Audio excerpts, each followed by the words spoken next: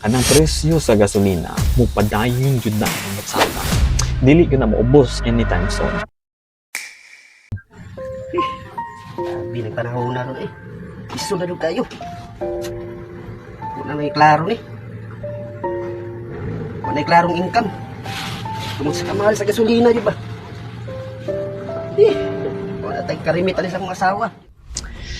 So if you look at history in general, halos tanang gubat nga hitabo kaniadto mulungtad og hapit usa ka tuig. Hinumdumi na ninyo ang kanang gubat dili maguna magsugod nya mahuman lang dayon sulod sa usa lang ka semana. So kay bawo naman ka og dako kaayo nga posibilidad nga kanang Strait of Hormuz kung pirmi na magka-problema dihang dapita tungod lang kay part magud na sa or sakop man na sa Iran.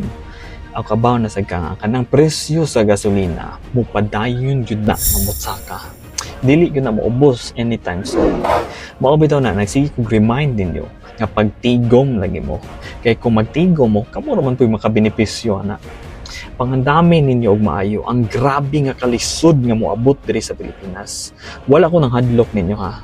Pero ultimately, manaa may gubat or wala, magkagubot man or wala, magkalisod man gani or wala, daog ra gyapon ka basta magtigom lang yun ka.